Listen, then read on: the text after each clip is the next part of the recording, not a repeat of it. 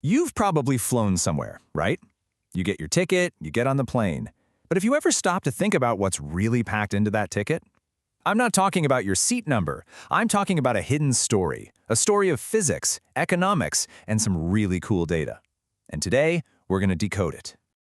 Okay, let's kick things off with a mystery that I'm sure has bugged a lot of you. You fly from Boston to Tel Aviv. It takes 10 hours. Then you fly back. Same plane, same route, just in reverse. But the return trip is almost an hour and a half longer. What gives? I mean, it should be the same amount of time, right? Well, the answer, as it so often does, is buried in the data. And our treasure map for this journey is this right here, a flight simulator document.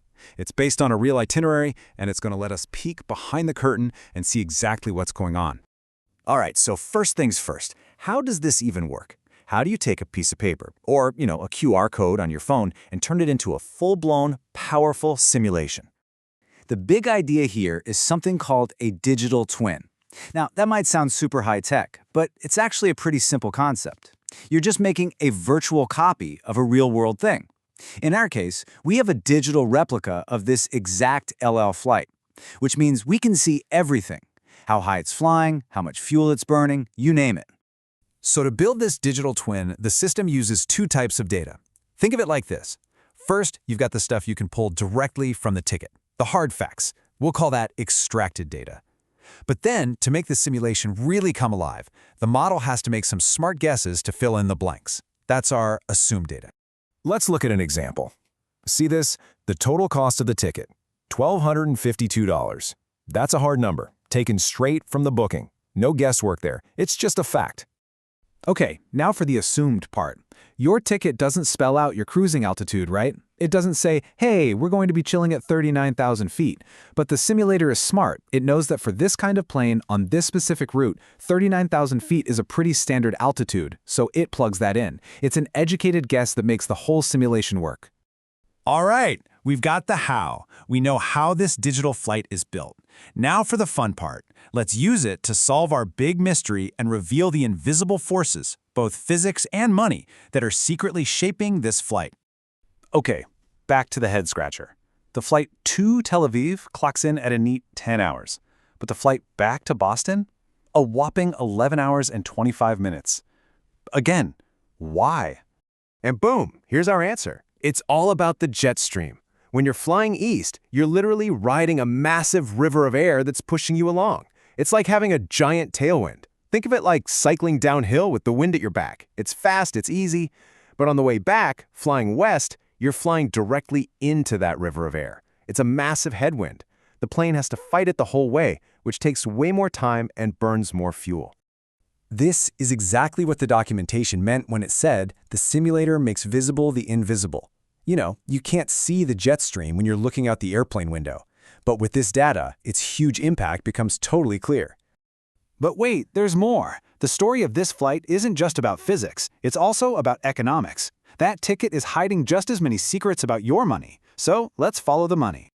So, that price tag we saw earlier, $1,252. Let's ask a simple question. Where's all that cash actually going? Okay, so when we look at the breakdown, most of it, over $1,100, is the base fare. That's what goes to the airline. No big surprise there. But look at this other slice, $116 for taxes and fees. It looks small, but trust me, this is where it gets really interesting. Yeah, that little slice is actually a huge, complex web of charges. It's not just one tax. The document shows there are more than 10 of them. You've got your standard departure taxes, immigration fees, but then you get stuff like this, an $8 fee for animal and plant health inspection. Who knew, right? Each one of these little fees is its own story about what it really costs to fly internationally. Okay, this is where having a digital twin gets really cool. We're not just stuck looking at the past. We can start playing around a little bit. We can ask, what if? What happens if we start changing things? Like, what if the jet stream was having a particularly wild day? The model can run that scenario. If you get a super strong tailwind, you could shave that flight time down to just 9.5 hours. Awesome! But if that headwind on the way back is even more brutal, you could be looking at a 12-hour slog to get home. Or let's try a financial what-if that probably hits closer to home for all of us. Baggage. On this ticket, your first checked bag is free. Great, but what if you need to check a second one? Well, the simulation shows that'll cost you an extra $110. Just like that, the model shows you exactly how one simple choice, to pack a little heavier, instantly changes the total cost of your trip. So this is all really fascinating for one specific flight.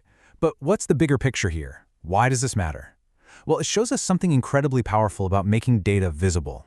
It's about turning a bunch of boring numbers on a page into a living, breathing story. I mean, think about who can use this.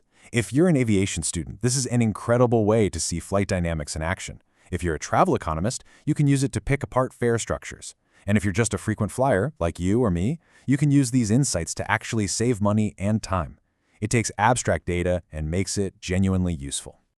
It's pretty amazing when you step back and look at it. We started with just one ticket and a simple question about why one flight was longer than the other. And from that, we've unpacked the physics of the atmosphere, the economics of airline fees, and even dabbled in predicting what-if scenarios. All from one ticket. And that really leaves you with the big final question, doesn't it? If there's this much of a story, a whole world of science and economics hidden inside a single plane ticket, what other incredible stories are hiding in plain sight in the data that's all around us, just waiting for us to look a little closer?